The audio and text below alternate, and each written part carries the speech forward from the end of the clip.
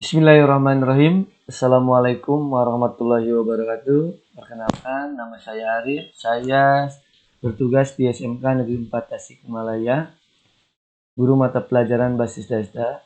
Pada video kali ini saya akan membuat bahan pembelajaran di bulan September dengan mata pelajaran basis data kelas 11 RPL semester ganjil tahun pelajaran 2022-2023.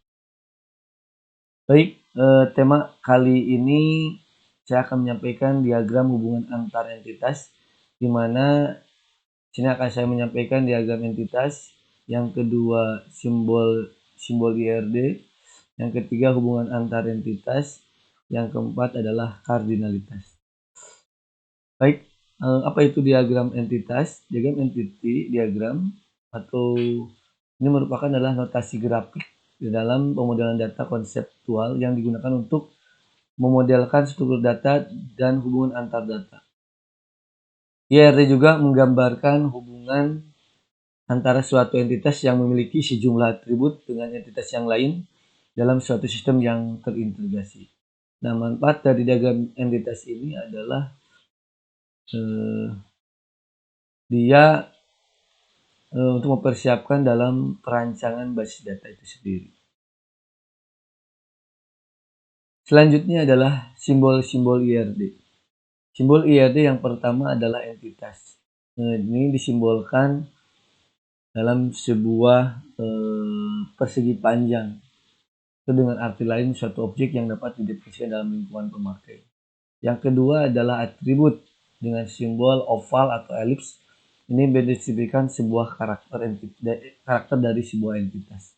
Yang ketiga adalah relasi, disimbolkan dengan belah ketupat. Ini menunjukkan adanya hubungan antara entitas satu dengan entitas yang lain.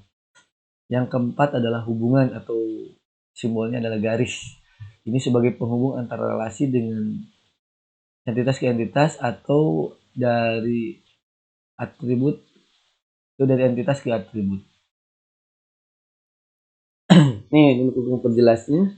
Jadi entitas atau bisa disebut dengan sebuah tabel dengan notasi atau simbolnya adalah persegi panjang, di mana entitas ini menunjukkan adalah objek-objek dasar yang terkait dalam sistem. Objek dasar berupa orang, benda, atau hal lain yang keterangannya perlu disimpan dalam basis data. Nah, entitas di sini kalau dalam contoh dalam kehidupan sehari-hari baiknya di sekolah adalah entitas ini adalah guru, siswa, mata pelajaran, buku. Nah, itu adalah sebuah entitas. Nah, di mana sebuah entitas juga dia pasti akan memiliki sebuah atribut atau properti. Nah, di mana di sini atribut itu dinotasikan atau disimbolkan dalam sebuah elips atau oval. Nah, ini adalah keterangan-keterangan yang terkait pada sebuah entitas yang perlu disimpan di dalam masyarakat. Contohnya ini dihubungkan karena dalam sebuah entitas itu mesti memiliki atribut.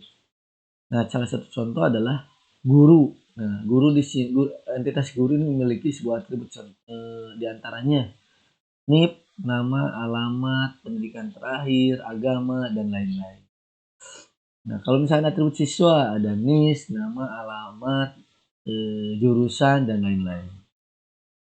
Yang selanjutnya adalah jenis-jenis karakteristik atribut. Jadi dalam sebuah atribut ini memiliki jenis-jenis. Yang pertama adalah simple atribut, di mana atribut ini tidak bisa dibagi-bagi lagi. Contohnya adalah jenis kelamin, nama, itu tidak bisa dibagi-bagi lagi. Yang kedua adalah composite atribut. Nah, composite atribut ini dapat dibagi-bagi ya. Yang contohnya adalah sebuah alamat. Jadi sebuah alamat itu bisa dipecahkan jadi sebuah atribut. Yang contohnya misalkan kecamatan, kelurahan, provinsi. Nah, itu bisa dibagi-bagi. Jadi komposit ini adalah bisa dibagi-bagi. Yang selanjutnya ada single value attribute. Jadi suatu atribut yang punya satu nilai. Salah satu contoh NIP, ya, merek. Jadi tidak bisa namanya itu cuma satu gitu kan. Satu karena single di sini adalah satu nilai. Yang selanjutnya adalah multi value attribute.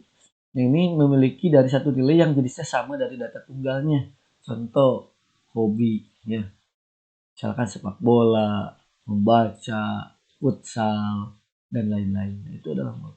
Yang selanjutnya adalah mandatory atribut dan non-mandatory atribut. Mandatory atribut di sini artinya adalah atribut yang harusnya ada nilai dan tidak boleh kosong. Jadi contohnya adalah nis, nama itu tidak boleh kosong, harus diisi. Sedangkan non-mandatory atribut adalah atribut yang boleh kosong. Contohnya misalkan jenis laki-laki, jenis kelamin, alamat, terus nomor sepatu, itu bisa. Jadi intinya ada atribut yang wajib, ada juga atribut yang tidak wajib diisi. Selanjutnya adalah derived atribut. Nah, derived atribut ini adalah atribut yang nilainya diperoleh dari penggunaan atau yang diturunkan dari atribut atau tabel lain yang berhubungan. Contoh, mohon maaf yang ada typo. Jadi di sini atribut predikat A dihasilkan dari nilai 90 sampai 100. B dari nilai sekian. Jadi ini adalah perhitungan dari nilai sehingga dia akan menjadi sebuah predikat. Nah, ini adalah dari pengolahan. Ya, contohnya dari nilai 10 ke 9 nilai 60 sampai 80 nilainya B misalkan predikat. 90 sampai ke 100 nilainya A. Nah, jadi si A ini dihasilkan dari nilai itu sendiri. Makanya disebut dengan derived atribut.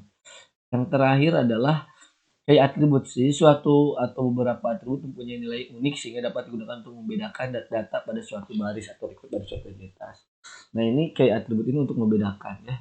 Akan lebih jelasnya di sini ada beberapa jenis key atribut. Yang pertama adalah super key. Jadi super key di sini adalah suatu atribut atau kumulatif atribut secara unik mengidentifikasi sebuah record di dalam sebuah relasi. Yang kedua adalah kandidat key, kunci calon satu atribut dari sebuah entitas yang dimiliki nilai unik. Yang ketiga adalah primary key. Jadi kandidat key dalam suatu relasi yang dipilih salah satu untuk menjadi primary key atau nilai atribut yang unik membedakan kolom satu dengan yang kolom yang lain. Contohnya misalnya di dalam entitas guru itu ada NIP. Ya, karena apa? NIP ini tidak ada yang sama. Atau dalam entitas siswa itu ada NIS. Nah, ini adalah atribut key yang tidak akan ada yang sama. Itu seperti itu. Yang terakhir adalah foreign key. Satu atau sejumlah atribut yang melengkapi suatu relasi. Nah, ini biasanya foreign key ini adalah kunci tamu. Jadi kunci tamu ini adalah jika di entitasnya menjadi primary key, maka dia akan menjadi di tabel lain dia akan menjadi foreign key, kunci tamu. Seperti itu. Nah, biasanya yang digunakan adalah primary key dalam sebuah entitas. Makanya dikatakan baik ya apabila sebuah entitas itu harus memiliki satu key atau primary key. Yang selanjutnya ini adalah relasi atau hubungan. Nah, ini disimbolkan dengan belah ketupat, di mana ini kejadian atau transaksi yang terjadi di antara dua entitas yang keterangannya perlu disimpan dalam basis data. Ini biasanya ketergantungan. Contoh, kita akan membuat sebuah entitas nilai. Sebuah entitas nilai itu ini akan terketergantungan oleh sebuah entitas. Salah satunya adalah siswa dengan guru atau dengan mata pelajaran. Jadi nilai ini akan diciptakan apabila ada sebuah entitas siswa atau guru atau ada entitas mata pelajaran. Yang selanjutnya adalah kardinalitas. Kardinalitas ini di sini ada 3. Yang pertama adalah one to one. Itu satu ke satu. Salah satu contoh, satu supir mengendarai satu mobil. Nah, itu adalah salah satu contoh many to many. Yang kedua adalah one to one. Yang kedua adalah satu to many atau one to many. Contohnya, satu guru mengajar beberapa siswa. Ya, satu guru mengajar beberapa siswa. Yang ketiga adalah many to many atau banyak ke banyak. Ini contohnya adalah beberapa pelanggan memberi beberapa barang. Nah, ini adalah salah satu kardinalitas. Jadi kardinalitas itu adalah sistem atau apa istilahnya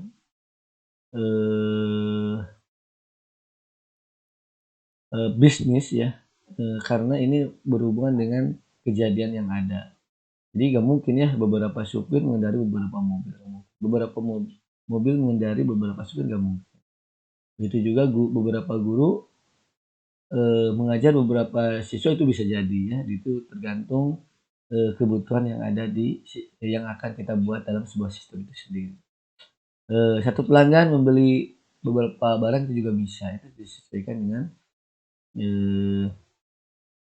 kebutuhan yang ada, seperti itu. Lanjut, mungkin itu saja yang bisa saya sampaikan. Sumber referensinya adalah Ajuhari M. Al-Firdaus tahun 2018 Data Bogor Yudhistira. Terima kasih, mungkin itu saja yang bisa saya sampaikan, mudah-mudahan bermanfaat. Mohon maaf bila ada kekurangan. Sekian laporan pembuatan video kali ini. Assalamualaikum warahmatullahi wabarakatuh.